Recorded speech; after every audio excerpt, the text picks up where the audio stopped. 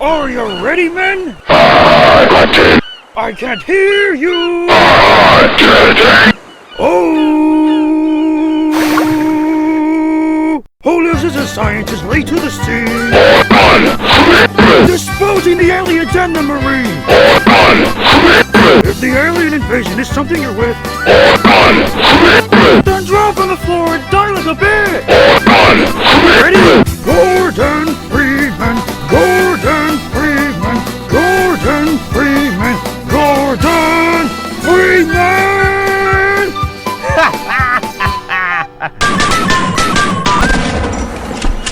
Oh my god, that's hilarious.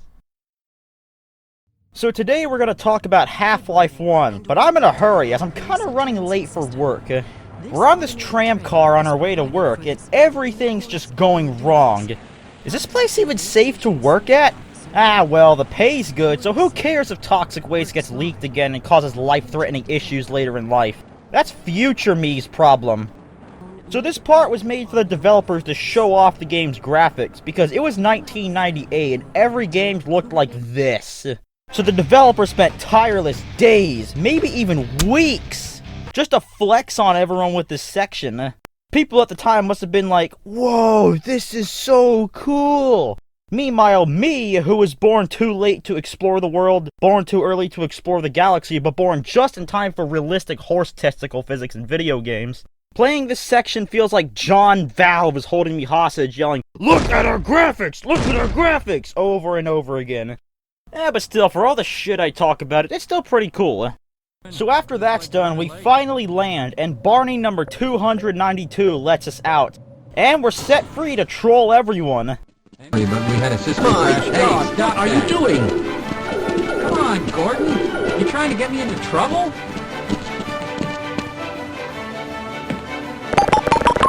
My God, what are you doing?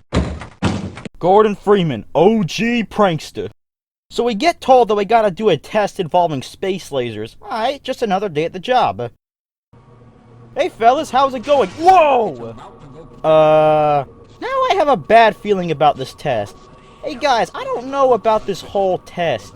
I feel like we're gonna open up a wormhole to an alien dimension and end the world, and we get raided by marines and aliens, and then I'll have to save the entire world, and I don't feel like doing that today. Guys? They're waiting for you, Gordon. In the sex chamber. Ooh! Testing? Testing? Gordon, can you hear me? Yes or no? Yes or no? Answer me, Gordon. Can you hear me or not? Am I supposed to do something? Gordon, why aren't you answering me? Do you hear me or not? I guess I'll push this cart into the big laser. I mean, they didn't tell me not to do it. Gordon, you imbecile! Whoa, look at this awesome light show. I hope everyone else is enjoying this. And I don't know, this light show is kind of getting a bit intense. Where am I? Whoa, are y'all aliens? Did I just teleport into an alien dimension? Am I in y'all's house? Sorry, I'll leave. Whoa, am I in an alien domain? This is so cool! I wonder where I'll end up next.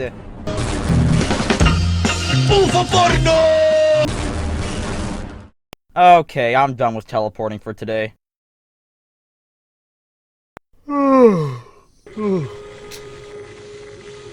Damn, how long was I out? This place got fucked up. Okay, so I can be a bit of a prankster sometimes, but this was not my fault this time. I was just following standard procedure, and Gordon, I saw that shit. That was hilarious. Everyone was all like, oh, we're all gonna die. And they were freaking the hell out. You got him good, dude. Oh, never mind. That was a prank. You should have saw what I did to Magnuson's microwave casserole. He was so pissed. What the hell is wrong with you? Do you think that this is funny? We're here running an important test that requires a high level of professionalism and expertise. And you think that this, of all times, when you should joke around. All that time at MIT and you still have the mentality of a rock. I mean, holy shit! Hey, is someone there? Whoa, whoa, whoa. Be very careful here. Okay, right underneath you, there's supposed to be a dumpster full of garbage. So if you land right, you should have a soft landing. Alright, you ready? No! Stay back! Gordon!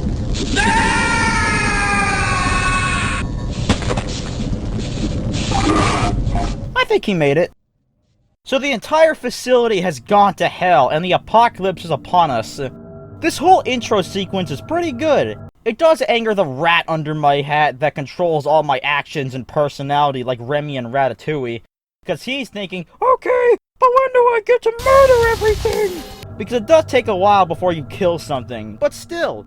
You're not in some trouble or bestowed upon some heroic destiny immediately like most games. You're just going through a regular day at work and the world gets flipped upside down in the blink of an eye.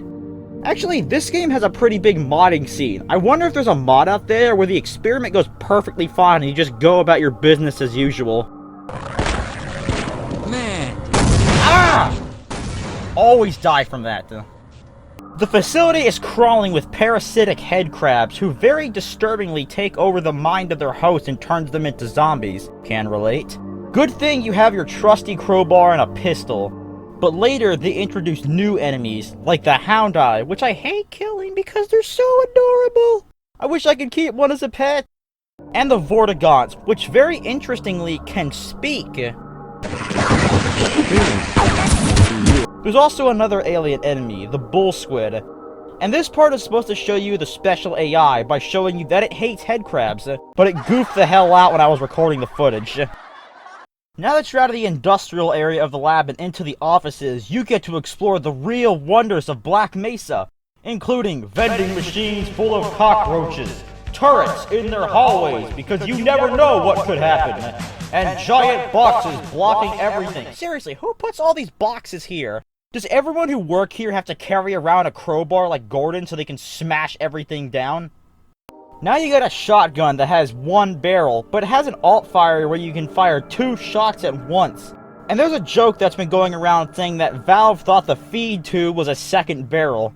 You can also take Barney number 183 with you and meet up with Barney number 931. And you can have an army of soldiers that do all the work for you. Yes! Kill for me, my children! Oh, am I gonna get him? Am I gonna get him? Haha, I got him! Hey, who's that? Oh, it's the G-Man, my arch enemy. So during development, the original Gordon Freeman, or Ivan the Space Biker, got rejected and got replaced with the original Gordon Freeman we all know today. But then we don't know what happened to the original. Well, he got jealous of not making it into the game, and so he shaved his beard and shortened his name to G-Man. Who knows what he's plotting against me? He could be trying to end the world just to wipe me out for all I know.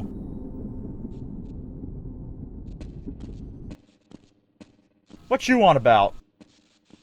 Oh my. I certainly hope you know what you're doing. Yes, I absolutely know what I'm doing.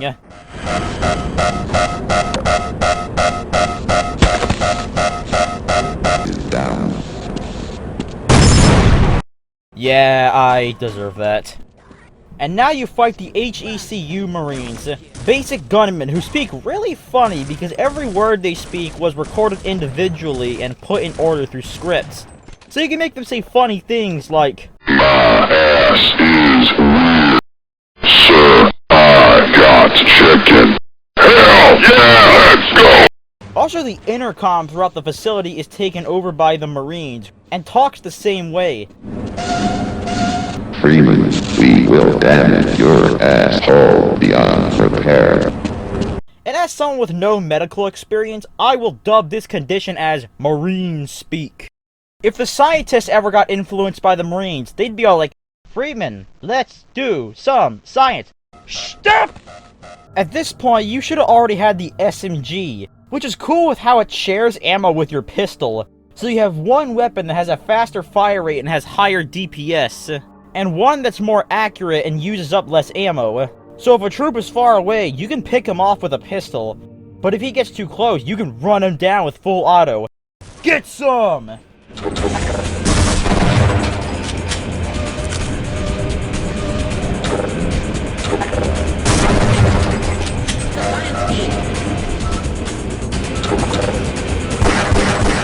Wait, I'll save you!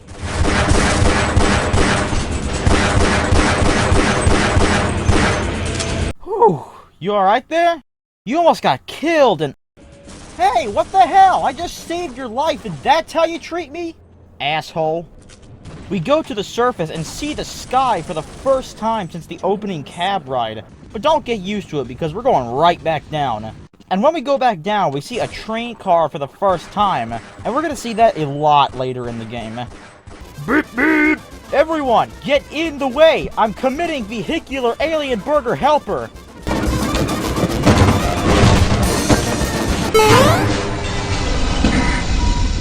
Major fracture detected. What the hell? Oh my god, there's so much toxic waste here. Man, 50-year-old me is gonna hate me for this. And that's even if I live to 50. So we head into this room and... Monkey on a stick! These animations are jank as fuck! We get this really cool part where this big alien is blocking this hole we need to go into to progress. It has no way of seeing you, so it goes purely off of sound. So you're supposed to use grenades... Oops. So you're supposed to use grenades to distract it, and you go through all these trials and tribulations to fuel and power a rocket so we can microwave this bitch. Hey Barney number 25, watch this.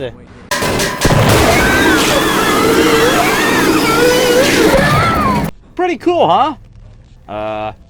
Barney number 25? Wait, why do you have a rocket in the science lab? Now we descend down and get the Magnum revolver, which basically acts just more like a pocket sniper, but still, Magnum revolvers are badass. Oh, I know this part. It's gonna drop this pipe while I'm standing on it, and I'm gonna take fall damage no matter what. Even though they try to drop me on a table full of medkits.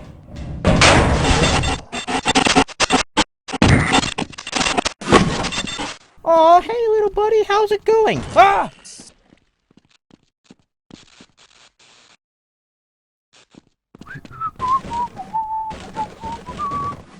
Later you get this big blue bastard, which is basically like the green gargantuan bastard, where you had to turn on the power and pop them like a balloon.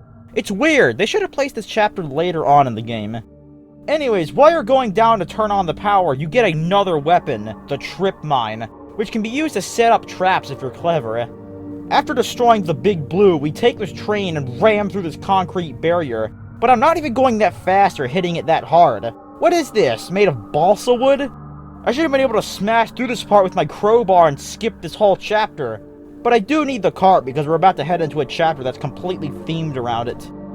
Now I've heard that a lot of people don't like this part, and while I understand the hate, personally I really like it. You have to drive this rail car around the system and stop at destinations that have important stuff to do in them. Later on in the chapter they start putting enemies and obstacles on the road. And speaking of enemies, this is the first point where you'll witness enemy infighting. The Marines and aliens aren't the best of friends, so you'll sometimes come across battles and fights between them, which can be used to your advantage. New weapon time! While you're going around the fortified facility, you'll find these turrets that are sitting in place and you can use yourself. Another weapon that you have, this one you can actually carry around, is the Satchel Charge, which is a remote detonated explosive that can be used to set traps or be used like a grenade without the long fuse time. Yo, we got a big-ass cart here! Damn, we'll get to the Lambda Labs with this baby in no time! Oh.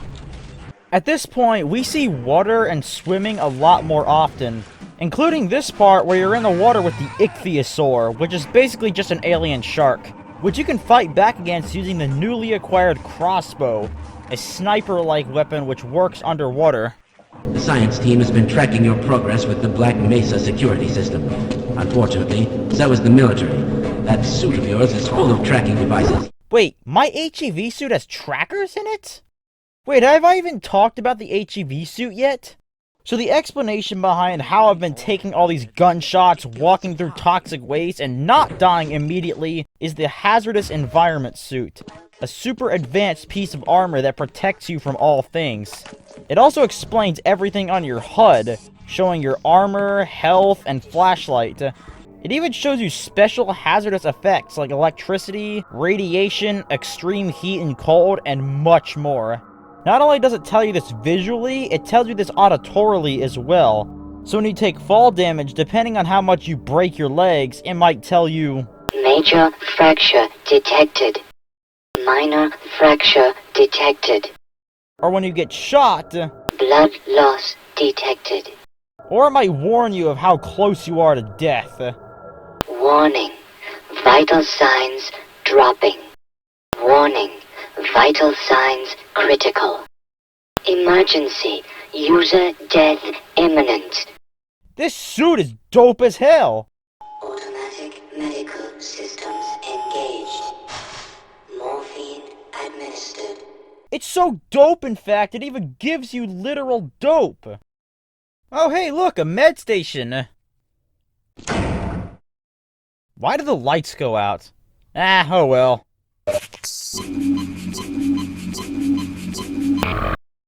Alright, that'll do. On to the next part of the game. Whoa. I just had this weird dream where nothing bad happened, everything went perfectly fine. Wait, where am I? You wake up in a crusher with no weapons and you have to get it all back. This chapter doesn't have as much combat and it's mostly like an obstacle course. Feels like I'm going into boot camp to train for battle. You! Dive under that hot steam! Now onto that spinny thing of death! Now onto that conveyor belt! Now go through that oven so we can bake you into bread! Which is funny because in opposing force there's an actual boot camp level. Now on paper, this is a good idea for the pacing of the game because you just had a bunch of big action sections. So it's good for having downtime. But in execution, this part is just a slog. In fact, in my opinion, the whole game goes downhill from here. Though there are exceptions we'll get to later. What is this thing? Some kind of weapon? Down. It's a prototype. Bitch! More new weapons! First, you got the Snarks, which aren't that good, but they're adorable, so I'll keep them as my pocket pal, my backpack buddy, my arsenal amigo. Next, as was just demonstrated by Barney number 203 by murdering me, the Tau Cannon, which can shoot lasers that can be more powerful if you charge it up. Now, while I did say that it goes downhill in the second part, this is one of the big exceptions. While I didn't name drop any specific chapter names in this video, Surface Tension is probably my favorite chapter in the entire game, and it's also the longest.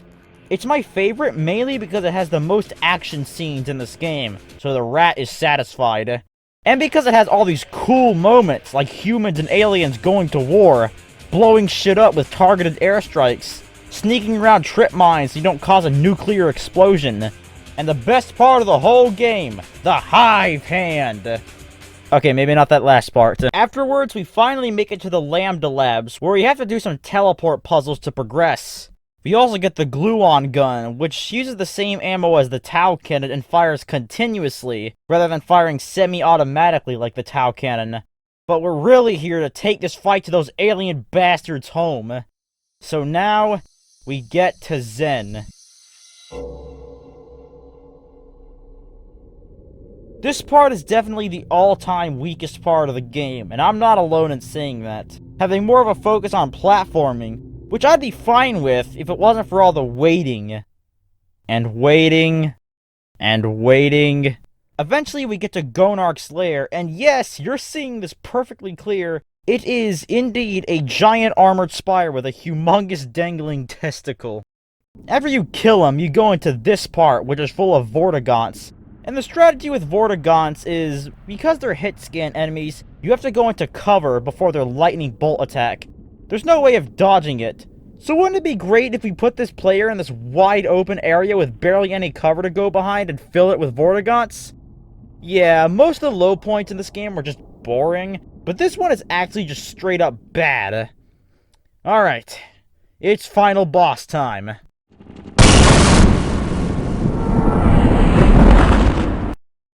the last. I am the last.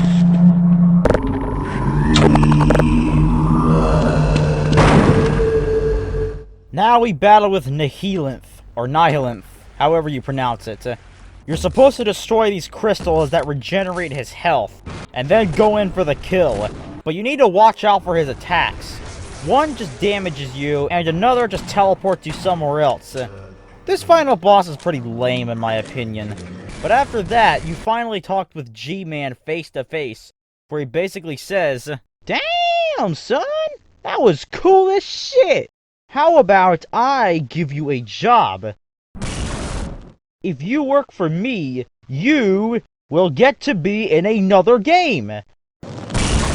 But if you don't, you will be dead as shit. Choose wisely." Wisely done, Mr. Freeman. I will see you up ahead. And then we're put in suspended animation until the next game.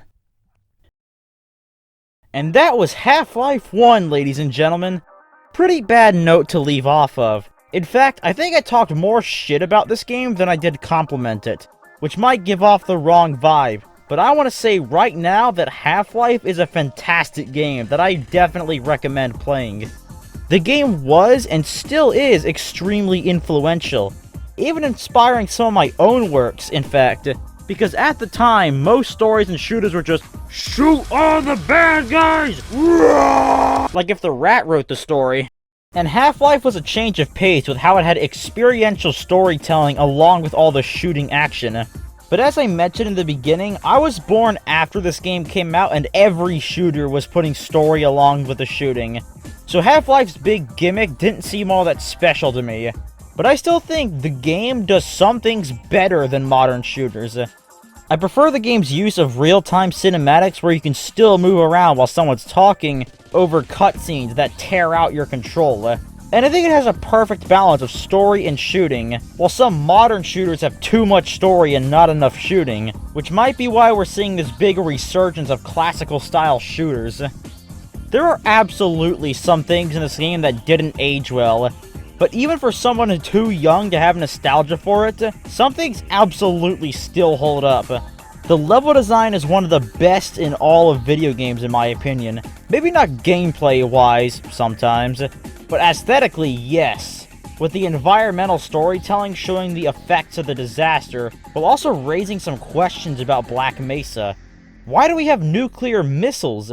What are we doing with all these captured aliens? What are we doing with all these toxic chemicals? The level design of Half-Life is bomb-ass! The combat is pretty good too. There's lots of cool guns and explosives, and the enemies are great with how their AI is really smart and you can exploit special events like infighting. Though some of your weapons are more gimmicky than useful. And on hard mode, the enemies are way too bullet spongy, especially the Marines, and they make weapons like the SMG feel like a pea shooter. I rank the combat of Half-Life as good ass! And there's some smaller things I like. The sound design is very iconic. Why else is there so much Half-Life sound effect memes? The voice acting is also pretty good. Which I should mention because video game voice acting in the 90s was mostly like, "Stop it! Don't open that door!" It's an incredibly influential game, but I'm leaving out influence and I'm just gonna focus on the content of the game itself. And based on the game's content alone, I rate Half-Life 1 as kick-ass! Which might still upset some people because there are some who claim that this is one of the greatest games of all time. But in my opinion, which is what this video is all based upon, it has too much flaws for me to consider it a 10 out of 10. It's an amazing game, but I can only really replay it once every 1.5 years or so.